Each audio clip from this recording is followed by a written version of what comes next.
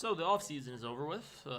I decided to go with a young core for this Knicks team, and led by a veteran Carmelo Anthony. I think that there's a lot of pieces on this team that can work well for us, and I want to make sure that they all get the correct training and support.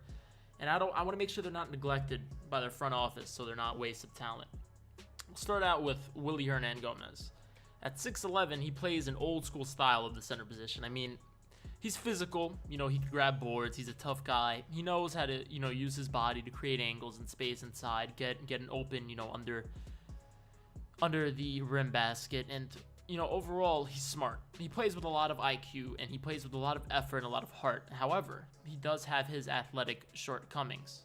And we'll have to see if throughout the season he'll be able to, use his IQ and his love and passion for the game to get past those athletic shortcomings. And, a big liability with him is we'll have to see if he could defend other taller and more athletic centers. Some names that come to mind are DeAndre Jordan. How would he bode in the paint against DeAndre Jordan? I'm not too sure. I'd like to see him develop a mid-range shot, and I'd like to see him hit the weight room. I think that if he, puts some muscle on some more, and he works on that mid-range shot and he develops it throughout the season, he could be a stud before this season is over. And I think that he could be a good role player, or even a starting, center maybe, or a starting power forward, or a nice sixth man for a championship contending team. Jonah Bolden is a really versatile guy. We picked him up in the second round, and he isn't too bad of a pick.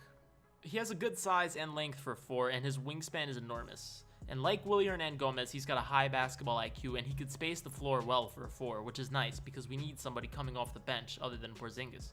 He's an excellent pick and popper finisher, and he can make you pay if you leave him open on that mid-range. He can knock it down. He can also finish the basket, and worst case scenario, he can always draw a foul.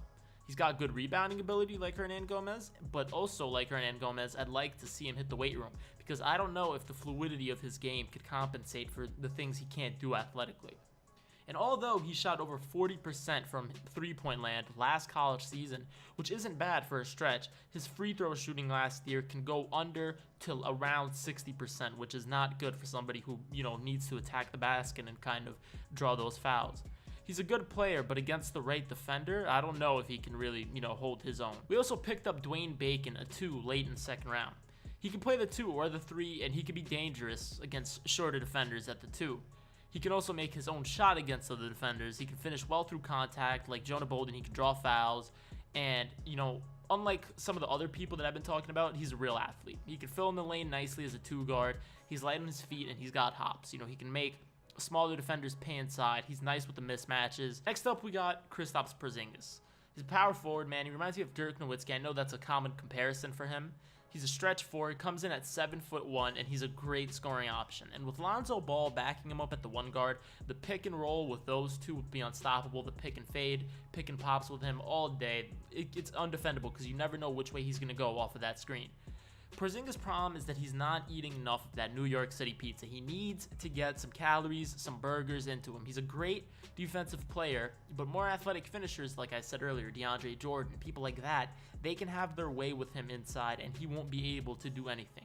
If he hits the weight room this season, if he works on perfecting that jumper to a T, it's already great. But if he works on getting it to a point where if you leave him open, or he can even hit down the contested jumper, he will be godlike. He will be unstoppable, I promise you. Last but not least, we have Lonzo Ball. Lonzo Ball is a playmaking point guard whose massive 6'6" figure gives him an advantage over other point guards in the league. He's a good ball handler. He can run the pick and roll with any one of the massive guys we got down low, even a pick and fade with, Porzingis, and he can knock down the open jumper, which is really something that we need on this team. He's athletic, and he can get to the basket. He can draw fouls, and we need that on this team. As everyone knows, there's a lot of controversy surrounding him and his family, which is something that's really unnecessary to the Knicks since we already have enough eyes on us already. He's a great passer. He has the potential to be a great player. He's always compared to Magic Johnson. His defense is there. The passing's there. I'd like to see him develop that jump shot a little bit. I think his form's a little bit ugly, but I think if he works on developing that jump shot, he could be great.